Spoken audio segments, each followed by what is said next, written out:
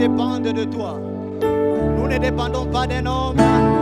Nous ne dépendons pas non plus du travail. Nous ne dépendons pas des choses de la terre. Mais nous dépendons de toi. Nous dépendons de toi. Nous t'aimons, Seigneur notre Dieu. C'est pourquoi, ô Dieu de gloire, ce matin, nous recommandons ce moment à ta grâce. Nous prions, ô Dieu de gloire, que tu atteignes tes objectifs dans nos cœurs. Atteins tes objectifs dans nos vies. Oui, Seigneur, quand nous venons à toi, nous croyons que nous ne sortirons pas de ces lieux tels que nous sommes en de ces lieux. Quelque chose se passera dans nos vies, car c'est ta parole qui transforme, c'est ta parole qui change. Et notre prière ce matin est que tu nous changes par ta parole, que tu nous transformes par ta parole, dans les noms puissants de Jésus. Que tout te soit soumis, Seigneur. Merci, Jésus. Merci, Jésus. Merci, Jésus. Parle à nos cœurs, Seigneur. Au nom de Jésus-Christ. Amen. Amen. Nous allons nous mettre.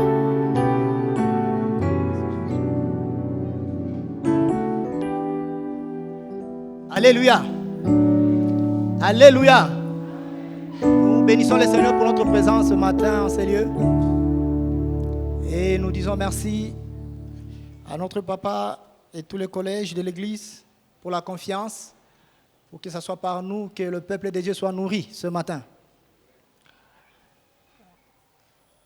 Nous allons lire la parole de Dieu sans plus tarder. Nous sommes dans Marc chapitre 5, versets 21 à 23. Et puis nous allons sauter, nous allons lire versets 35 à 42. Et puis nous lirons aussi Jean chapitre 9, versets 18 à 23. Je lis au nom de Jésus, Marc chapitre 5, versets 21 à 23. Jésus dans la barque regagna l'autre rive, où une grande foule s'assembla près de lui. Il était au bord de la mer. Alors vint un des chefs de la synagogue nommé Jaïrus, qui l'ayant aperçu se jeta à ses pieds et lui adressa cette instante prière. Ma petite fille est à l'extrémité. Viens, impose-lui les mains, afin qu'elle soit sauvée et qu'elle vive. Verset 35. Comme il parlait encore, survinrent de chez les chefs de la synagogue des gens qui dirent, ta fille est morte. Pourquoi importuner davantage le maître? Mais Jésus, sans tenir compte de ces paroles, dit au chef de la synagogue, ne crains pas, crois seulement. Et il ne permit à personne de l'accompagner, si ce n'est à Pierre, à Jacques et à Jean, frères de Jacques. Ils arrivèrent à la maison du chef de la synagogue, où Jésus vit une foule bruyante et de gens qui pleuraient et poussaient de grands cris. Il entra et leur dit, pourquoi faites-vous des bruits et pourquoi pleurez-vous? L'enfant n'est pas morte, mais elle dort. Et il se moqua de lui. Il se moquait de lui. Alors, ayant fait sortir tout le monde, il prit avec lui le père et la mère de l'enfant et ceux qui l'avaient accompagné. Et il entra là où était l'enfant. Il la saisit par la main et lui dit, Talita Koumi, ce qui signifie, jeune fille, lève-toi, je te l'ai dit. Aussitôt la jeune fille s'éleva et s'est mise à marcher, car elle avait 12 ans. Et ils firent dans un grand étonnement. Jésus leur adressa cette forte recommandation pour que personne ne sût la chose. Et il dit qu'on donna à manger à la jeune fille. Jean chapitre 9, versets 18 à 23. Les Juifs n'écrirent point qu'il eût été aveugle et qu'il eût recouvré la vue, jusqu'à ce qu'ils eussent fait venir ses parents. Et ils les interrogèrent, disant, est-ce là votre fils, que vous dites être né aveugle? Comment donc voit-il maintenant? Ses parents répondirent, nous savons que c'est notre fils, et qu'il est né aveugle. Mais comment il voit maintenant, ou qui lui a ouvert les yeux? C'est ce que nous ne savons. Interrogez-le lui-même, il a de l'âge. Il parlera de ce qui les concerne. Verset 22. Ses parents dirent cela parce qu'ils craignaient les Juifs. Car les Juifs étaient déjà convenus que si quelqu'un reconnaissait Jésus pour le Christ, il serait exclu de la synagogue. C'est pourquoi ses parents dirent, il a de l'âge, interrogez-le lui-même. Amen. Amen. Nous sommes dans le contexte, dans le livre de Marc, où Jésus était dans le pays des Gadara. Et arrivé au pays des Gadara, il a trouvé un fou, un démoniaque qui vivait dans les sépulcres. Et après l'avoir guéri, après l'avoir délivré, la Bible dit Jésus a traversé, est allé à l'autre rive. Et quand il est arrivé à l'autre rive, c'est là où il croise un homme chef de la synagogue qui est nommé Jairus. Et l'histoire nous relate que Jairus s'est accouru vers Jésus et il s'est jeté à ses pieds pour demander à ce que Jésus vienne imposer la main sur sa fille qui était malade. La Bible dit que sa fille était à l'extrémité, elle était mourante. Et Jairus, face à ces défis, a décidé de venir voir Jésus. Mais la Bible nous relate aussi qu'alors que Jésus voulait quitter ces lieux, ces bords-là, à l'autre rive, pour aller dans la maison de Jairus, il a rencontré aussi une femme qui était aussi dans la souffrance. Pendant 12 ans, la Bible dit qu'elle avait tout vendu, mais elle n'avait pas trouvé de solution. Et le temps que Jésus est en train d'opérer avec cette femme, la Bible montre qu'il y a des gens qui quittent déjà la maison du chef de la synagogue, qui viennent rencontrer le chef de la synagogue, Jairus, pour lui dire il ne faut plus importuner le maître. Parce que l'enfant pour lequel tu es venu chercher le maître est mort. Alléluia. Mais ce que j'aime la réaction de Jésus, c'est que Jésus dit ne crains point, mais crois seulement. Crois seulement. Bien-aimés, ce matin, nous sommes en train de parler sur un thème que nous avons intitulé « Ce que la décision de Jairus nous enseigne ». Ce que la décision de Jairus nous enseigne. Tout au long de ce message, nous allons parler de 3 grands points. Le premier point concerne les raisons et le but de ce message. Pourquoi ce message? Et au deuxième point, nous serons en train de parler de quelques principes attachés aux décisions. Et au troisième point, nous allons aborder l'aspect de ce qui s'est passé dans la vie de Jairus. Parce que Jairus a pris la décision et il est allé. Après avoir pris la décision, quelque chose s'est passé dans sa vie. Pourquoi alors ce message? Bien aimé, ce message court ou poursuit 3 buts, 3 objectifs. Premièrement, nous amener à prendre conscience de ce qu'est une décision. Bien-aimés dans le Seigneur, la vie n'est pas faite pas seulement de répétitions et de routines, mais sous l'effet du désir et de la nécessité s'impose un changement dans le cours des choses. C'est-à-dire à un certain moment, nous devons nous arrêter dans notre vie et nous devons voir qu'est-ce qui ne marche pas. Il est possible qu'on peut être étudiant, on peut être professionnel, on peut être serviteur de Dieu, on peut être tout ce qu'on peut être, un homme d'affaires. Mais à un certain moment, il faut s'arrêter pour voir qu'est-ce qui n'avance pas, afin d'apporter un changement dans la vie. Parce que quand les choses n'avancent pas, il faut du tout chercher la raison et vouloir prendre des décisions par rapport à ça.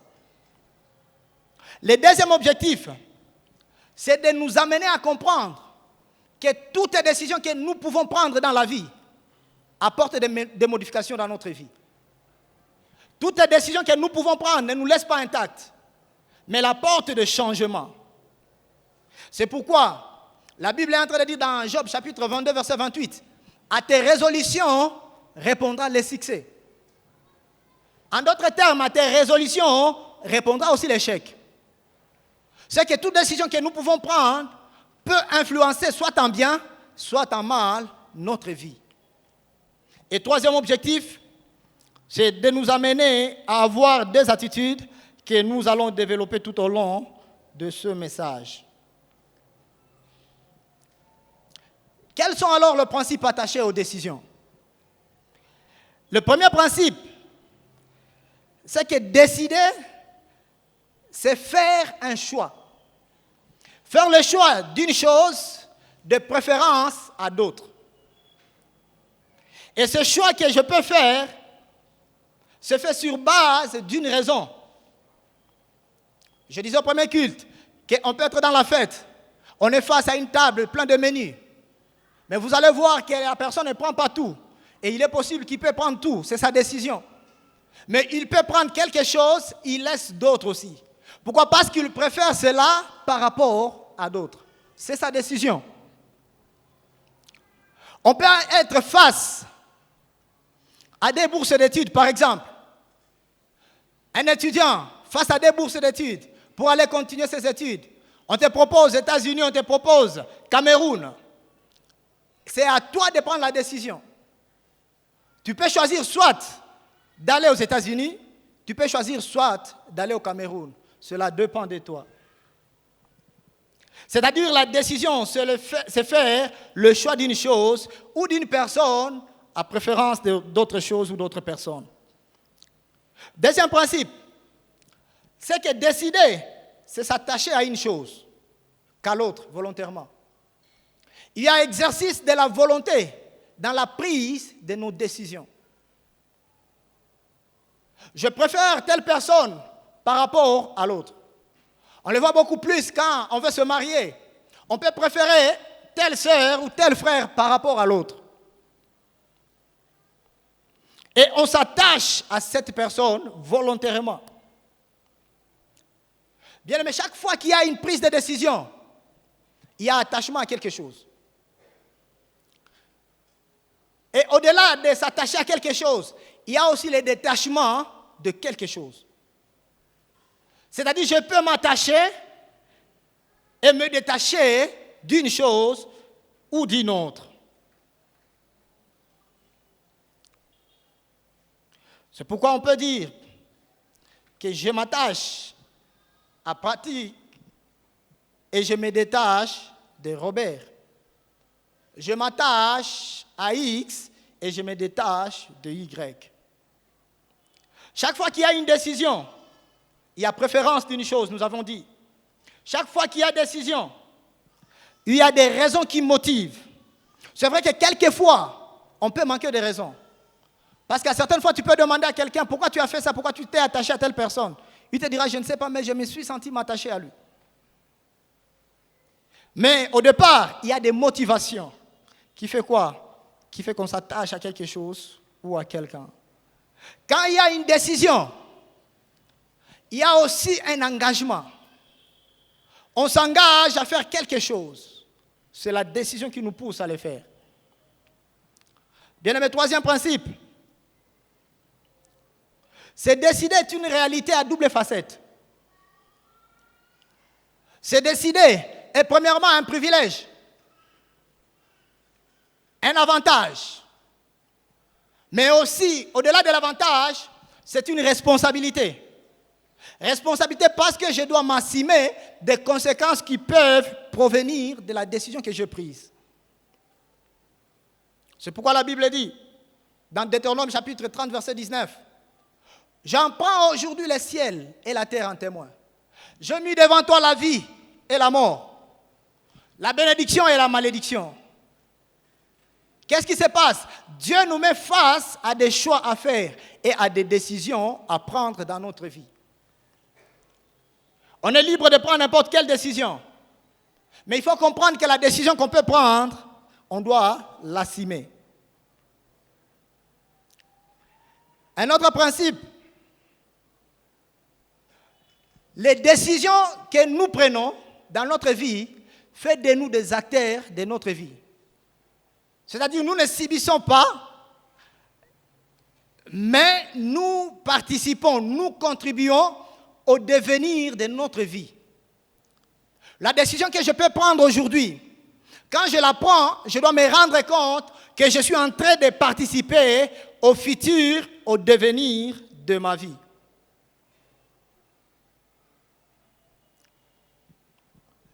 Les décisions font de nous des acteurs. C'est pourquoi on peut voir un étudiant qui choisit telle filière, il préfère telle filière à une autre. C'est son choix. Mais parce qu'il est acteur à sa vie, cela va apporter normalement quelque chose dans sa vie. Nous allons voir tout à l'heure comment cela peut se faire. Bien aimé, nous sommes en train de parler de ces principes afin d'établir une base pour que nous puissions comprendre la décision que Jaïrus a prise dans sa vie et qu'est-ce qu'il lui a apporté dans sa vie. Un autre principe, c'est que nos décisions influencent et gouvernent la qualité de notre vie. Les décisions que nous prenons influencent et gouvernent la qualité de notre vie. Ces décisions peuvent nous enrichir, soit nous appauvrir. Ces décisions que nous prenons peuvent nous élever ou nous abaisser.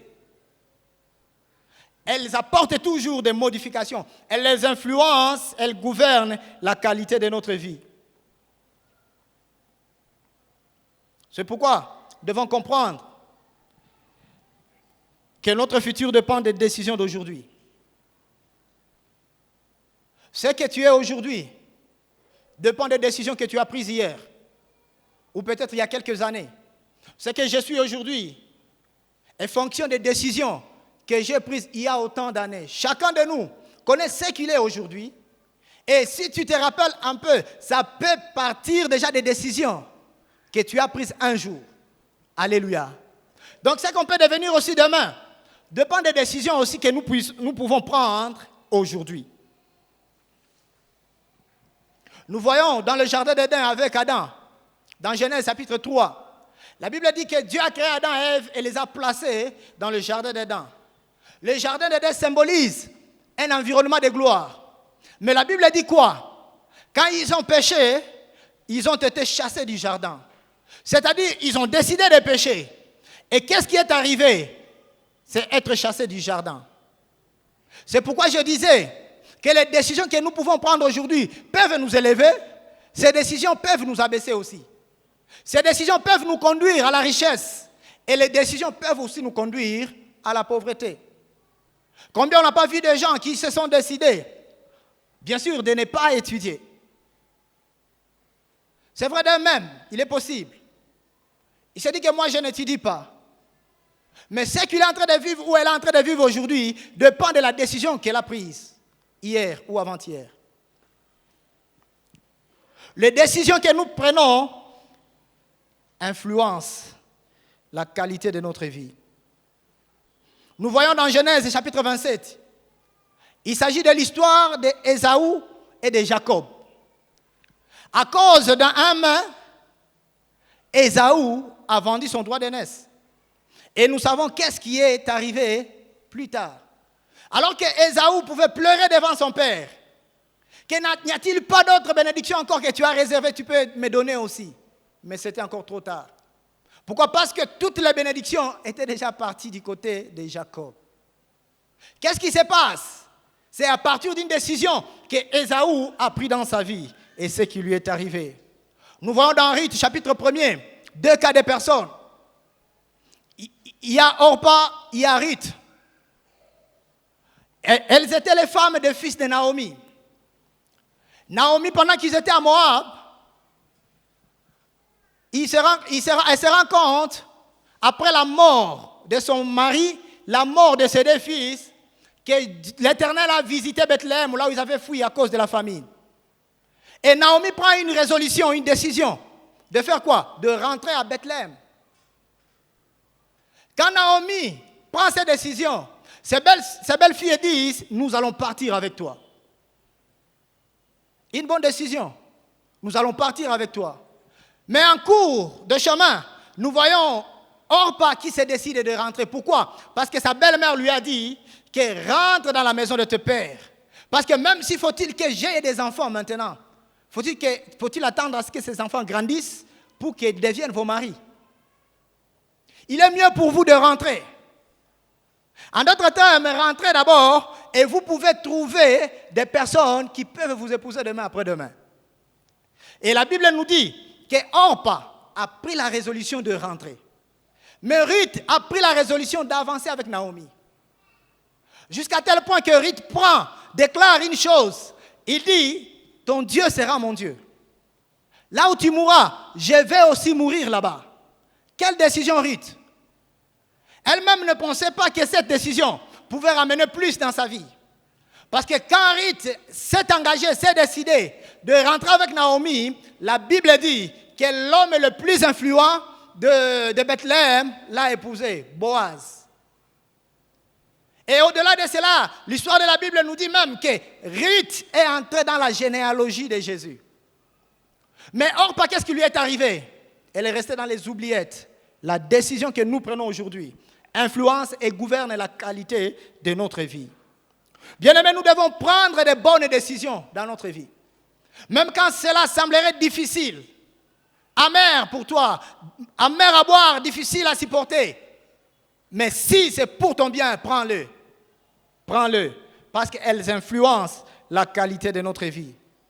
Un autre principe encore, c'est que le temps est un indicateur de vérification des décisions que nous prenons. Nous pouvons prendre la décision un jour ou aujourd'hui, mais dans le cours de temps, dans le fil de temps, nous allons nous rendre compte que si la décision était bonne ou elle était mauvaise. C'est après le temps où on s'est dit, si je savais, je ne pouvais pas me marier à un tel homme. Si je savais, je ne pouvais pas prendre une telle décision. Pourquoi après un temps? Donc nous pouvons bien prendre la décision aujourd'hui. Comprenons que le temps est là, qui va sanctionner, qui va révéler si la décision mérite à être félicitée. Si la décision était bonne ou elle était mauvaise.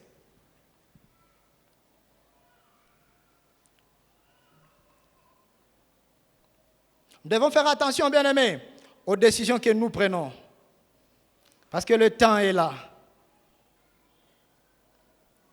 Un autre principe, c'est que par rapport au temps que cela demande, par rapport au temps que la prise de décision demande, il y a deux types de décisions que nous devons prendre. Il y a les décisions qui sont immédiates. C'est-à-dire aujourd'hui, je peux être exposé à quelque chose et je prends la décision dans l'immédiat. Mais il y a aussi des décisions pour lesquelles il faut réfléchir. Le problème, c'est que nous semons la confusion entre les décisions à prendre dans l'immédiat et les décisions pour lesquelles il faut réfléchir, il faut prendre du temps. Et le comble, c'est qu'après avoir pris une décision qui nécessitait le temps long, on le prend dans l'immédiat, on regrette avec le temps.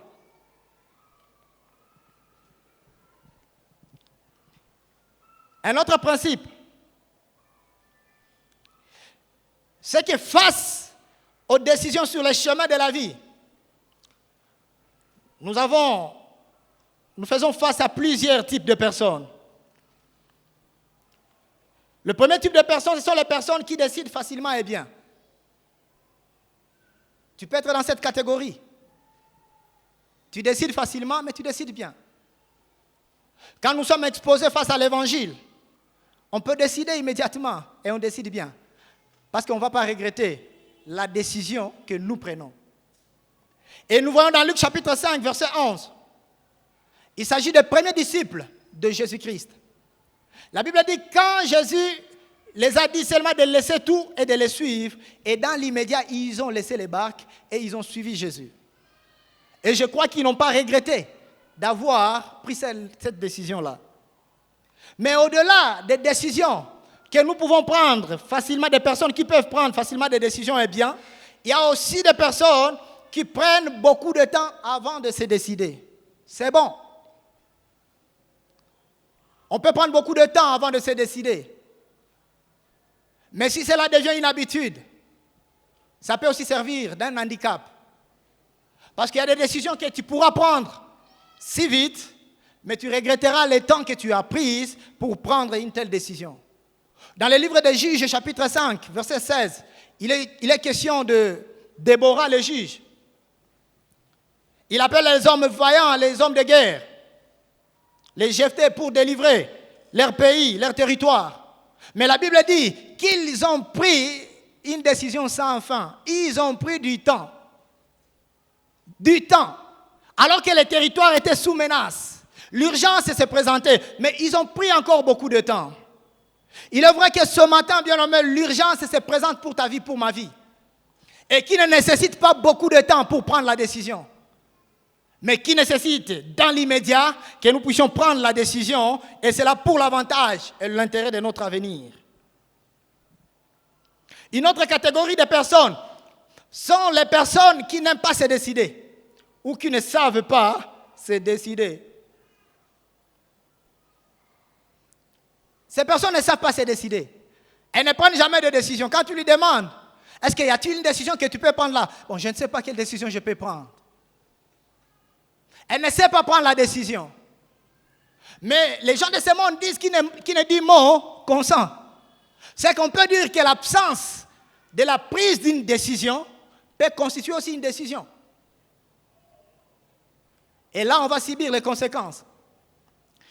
Donc, il est mieux que l'on prenne des décisions. Mais une autre catégorie de personnes, c'est que ce sont les personnes qui ne savent pas tenir sur leurs décisions. Le matin, il a une décision X. À midi, il a une décision Y. Généralement, on les appelle les indécis. Les gens qui ne savent pas tenir sur leurs décisions. Et les recherches montrent que plus de 80% de telles personnes finissent par prendre de mauvaises décisions. Pourquoi? Parce qu'ils prennent toujours des décisions dans la précipitation, à la hâte, et ils ne savent pas se tenir sur cette décision. Tu avais la décision de faire le droit, mais parce que tu es entré en contact avec ton ami, il t'influence et directement tu changes. Or, Dieu t'a convaincu que tu fasses le droit. Et tu finis par prendre une mauvaise décision que tu vas regretter avec le temps, notre indicateur. Tu as décidé, je disais au premier culte, d'aller à Sake. Mais parce qu'un ami arrive, directement tu changes la décision. Pour dire non, je vais d'abord à Rutshuru. On peut d'abord aller à Rutshuru et tu y vas. Le problème, c'est que tu ne sais pas tenir sur une décision. Et tu vivras les conséquences de ne pas tenir sur une décision. Alléluia. Et une autre catégorie de personnes, ce sont les personnes qui laissent les autres décider à leur place. C'est très dangereux. Quand tu laisses quelqu'un décider à ta place, tu laisses un frère, une sœur décider à ta place, c'est un problème. La plupart des fois, on le voit quand on est dans les fiançailles. Vous allez voir, une sœur, un frère lui a demandé la main et elle va d'abord consulter ses amis pour dire tel frère-là m'a demandé la main. Et on se pose, et la question qui va venir, est-ce qu'elle a un véhicule? Elle a déjà une maison, une parcelle? Non, elle n'a pas cela. Laissez-les. Et toi, tu prends la décision de dire j'abandonne, je rejette le frère, alors que c'était lui le mari de ta vie, la femme de ta vie. Pourquoi? Parce que tu laisses les autres de décider à ta place. Bien-aimés, ne laissons pas les autres décider à notre place. Mais prenons toujours le temps de décider par rapport à notre vie. Je connais quelqu'un, quand il va le mal dans la vie ou dans la famille de l'autre, il peut venir avec des décisions. Et il veut que la personne dans ce foyer, dans cette famille, adhère à sa décision. Le problème, c'est que quand tu prends une telle décision, tu la prends en fonction de celui qui t'a influencé, mais ce n'est pas ta décision. Et c'est lui ou la personne qui va subir cela, c'est toi. Parce que la prise de décision a double facette. Le privilège et la responsabilité. Qui va assumer cela? C'est toi. Ce n'est pas l'autre qui t'a influencé. Tu vas voir quelqu'un, tu lui parles de la part de Dieu. Il te dit, je vais d'abord demander à la famille, parce que nous étions nés dans telle religion, dans telle autre religion. Mon père ne voudra pas entendre que je suis allé dans une telle autre religion. Le problème, c'est que qui va subir les conséquences, ce n'est pas ton père, mais c'est toi qui vas subir les conséquences. Un autre principe attaché aux décisions, c'est que les décisions produisent des conséquences. Nous avions dit au départ, elles peuvent produire des conséquences négatives qui peuvent être réparables. Mais attention, ces décisions peuvent aussi produire des conséquences irréversibles. Réfléchissons-nous de la manière dont nous prenons des décisions. Nous voyons le fils prodigue qui a pris la résolution d'aller bousiller son argent. Il a demandé son héritage. Et il est parti. Arrivé là-bas, il a tout consommé, il a tout bousillé. Mais gloire à Dieu et grâce pour lui, il s'est retrouvé, il a dit, je veux rentrer vers mon Père. Et je pourrais mieux vivre chez mon Père. C'était sa grâce. Mais il y a aussi des gens qui prennent des décisions dont les conséquences deviennent irréversibles. Nous avions vu avec Ésaü, qui a pris la décision de vendre son droit d'aînesse. Nous avions vu aussi le roi Saül, qui a décidé un jour, et il a perdu la royauté, en remplacement de David. Il y a des décisions que nous pouvons prendre, qui peuvent produire des conséquences irréversibles. Combien on n'a pas entendu de gens dire qu'on a exposé la parole à quelqu'un et cette personne a dit « je me déciderai plus tard ». Mais qu'est-ce qui est arrivé? En sortant, il a connu l'accident et elle est morte. Irréversible, irréparable. Mais elle a pris la décision de ne pas donner sa vie au Seigneur Jésus. Mais quand elle est partie, elle a connu l'accident et c'était fini pour lui. Faisons très attention aux conséquences irréversibles. Le dernier principe, c'est que malgré l'accompagnement de gens importants, parce qu'on peut être accompagné par de personnes importantes, des personnes que nous considérons, mais il arrive deux temps où nous devons prendre la décision seule. Alléluia. Il arrive deux temps où nous devons prendre la décision seule. La Bible est en train de parler dans Galates, chapitre 1er, verset 16. Il s'agit de Paul. Il est en train de montrer comment, quand il avait rencontré Christ sur le chemin de Damas, et Christ lui a dit, pourquoi me persécutes-tu? Nous connaissons l'histoire. Mais Paul dit à l'église de Galates que je n'ai pas consulté ni le sang, ni la chair pour une telle décision. Il prend la décision seul, parce qu'il voit l'urgence de cette décision. Mais quand nous lisons Marc chapitre 5, nous voyons l'histoire de Jaïrus. Et qu'est-ce qui s'est passé dans sa vie, Jaïrus? Au départ, nous devons d'abord comprendre qui était Jaïrus. Jaïrus était un chef de la synagogue. Jaïrus était dans la prise de décision dans la synagogue. Parce qu'une synagogue était dirigée par 5 personnes. De manière collégiale. Mais parmi les 5 personnes, il y a une personne qui est au-dessus de ces 4 personnes, qui était le chef. Et les commentateurs de la Bible, ils disent que Jaïrus était le chef. C'est qu'il était au top de la gestion de la synagogue. Or, la synagogue avait comme raison l'enseignement, mais elle avait comme raison aussi la reconnaissance ou l'ensemble des enfants d'Israël ou des Juifs. Parce que ceux qui entraient dans la synagogue étaient des Juifs. Et Jaïrus est arrivé jusqu'à ce niveau-là. À faire quoi? À gérer la synagogue. Mais la Bible nous dit, lorsque Jaïrus, sa fille était tombée malade, elle a pris la résolution d'aller vers Jésus. Donc, des choses que Jaïrus a faites. Jaïrus a pris la décision d'aller vers Jésus, lui présenter son problème, lui présenter sa situation. Mais aussi, Jaïrus s'est prosterné devant Jésus, symbole d'humilité. Mais Jaïrus, qu'est-ce qui se passe? Tu sais que les Juifs se sont convenus de ne pas reconnaître Jésus pour Christ. Tu sais que les Juifs se sont convenus de ne pas reconnaître Jésus comme le Messie. Mais toi, en tant que gestionnaire, chef de la synagogue, donc ayant pris aussi cette décision de ne pas reconnaître Jésus pour Christ, pour le Messie, mais tu acceptes d'aller chercher Jésus. Qu'est-ce qui se passe? Il voit l'importance de chercher Jésus. Bien-aimés, il est vrai que nous pouvons occuper une telle position dans la vie. Nous pouvons bien occuper une telle position, une bonne position dans la société, dans l'organisation. Mais quelle que soit ta position, tu seras limité, tu as besoin de Jésus. J'ai besoin de Jésus. Quelle que soit la position que je peux occuper. Notre pasteur, le pasteur Richard, pouvait dire dans son intervention il y a une semaine qu'on a besoin de Jésus pour aller loin. Tu veux aller loin avec Dieu, tu as besoin de Jésus, de s'appuyer sur Jésus. Jaïrus a vu l'importance de Jésus dans sa vie. Bien aimé, est-ce que nous nous rendons compte de l'importance, de la nécessité d'avoir Christ dans notre vie? C'est vrai que tu peux appartenir dans une religion, dans une organisation ecclésiastique. Mais cela n'est pas la fin. Cela n'est pas une solution. La solution, c'est que tu dois avoir Christ. Tu dois décider pour Christ. Je dois décider pour Christ. Pour qui ou pourquoi je décide? C'est la question qu'on peut se poser.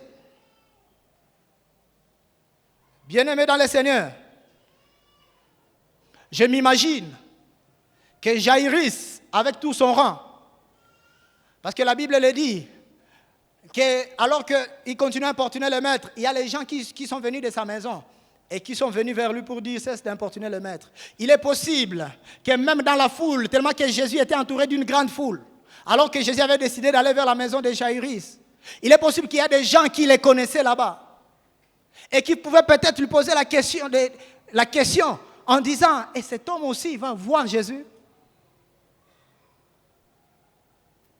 Oui, c'est possible. Tu peux bien avoir des gens qui t'entourent et qui se rendent compte ou qui réalisent que le fait de s'approcher de Jésus, c'est une perte de temps. Le fait de décider pour Christ, c'est une perte de temps. Et ils peuvent te dire, à ton rang, toi si tu veux aller à l'église et t'agenouiller là-bas. Non, tu es un grand homme. Tu es une grande dame. Mais le problème, c'est que ces gens qui peuvent t'entêter dans cette situation, ils ne vivront pas les mêmes conséquences avec toi. Ils vivront leurs conséquences individuellement. Parce que la décision, dans sa facette responsabilité, nous conduit à s'assumer des conséquences. Des conséquences.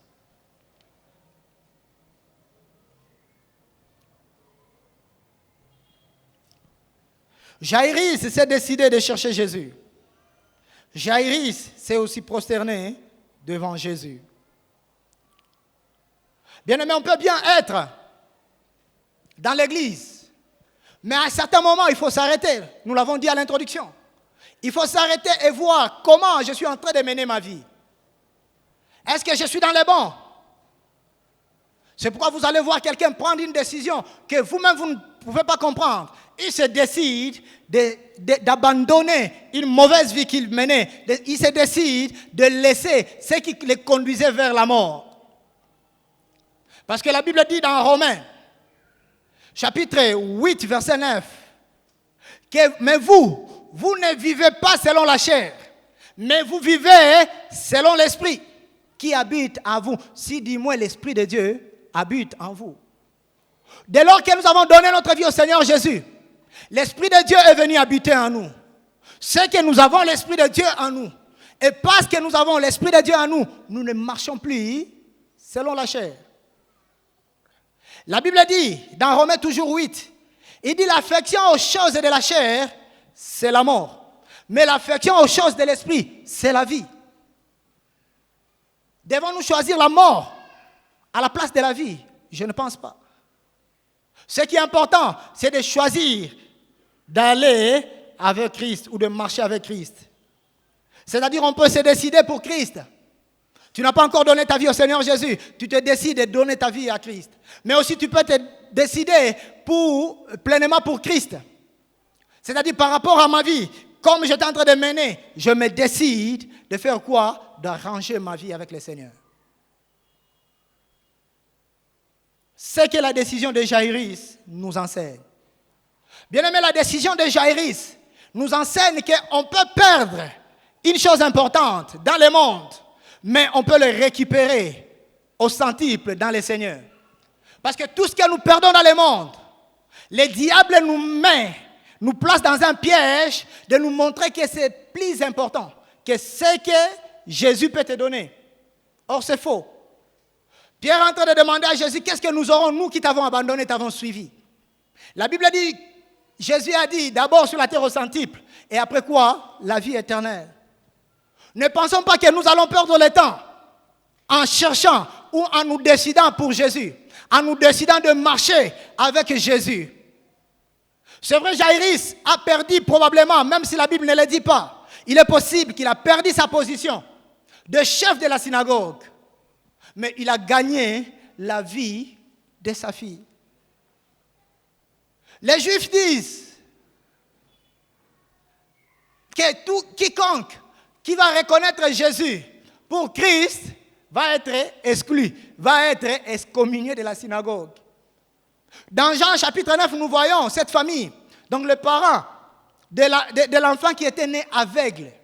La Bible dit, pendant que les Juifs, les pharisiens venaient faire l'enquête sur comment l'enfant était guéri, ils ont posé la question aux parents. Ils ont dit, vous reconnaissez que celui-ci, c'est votre fils?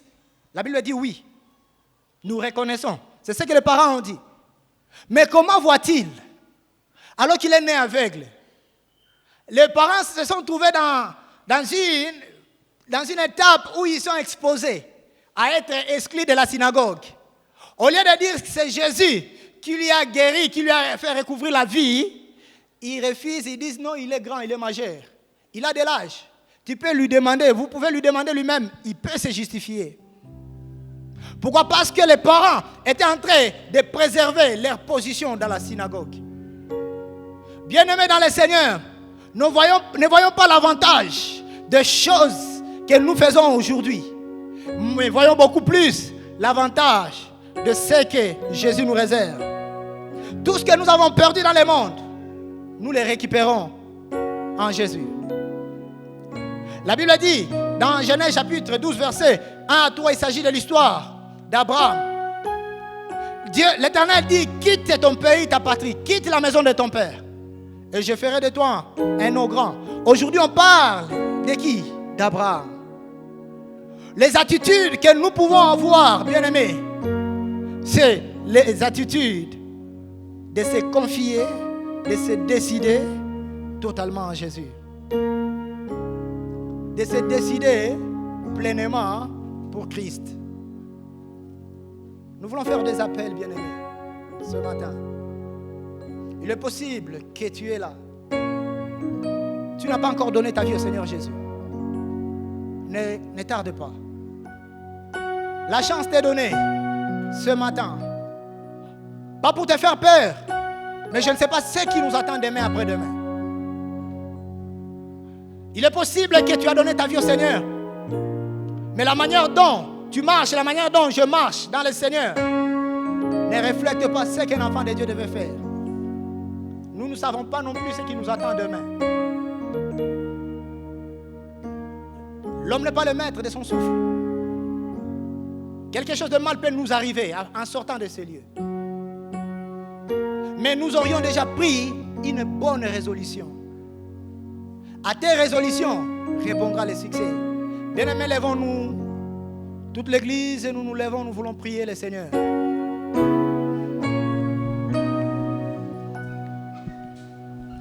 Chacun de nous sera en train de voir sa vie. J'ai dit, nous voulons faire des appels. Le premier appel, c'est par rapport à ceux qui n'ont pas encore donné leur vie au Seigneur Jésus. Mais aussi le deuxième appel, c'est par rapport à ceux qui ont donné leur vie au Seigneur. Mais donc il y a quelque chose qu'il faut arranger avec Dieu. Prends la résolution aujourd'hui. Prends la décision aujourd'hui. De revenir pleinement et décide-toi pleinement pour Christ. Et nous invitons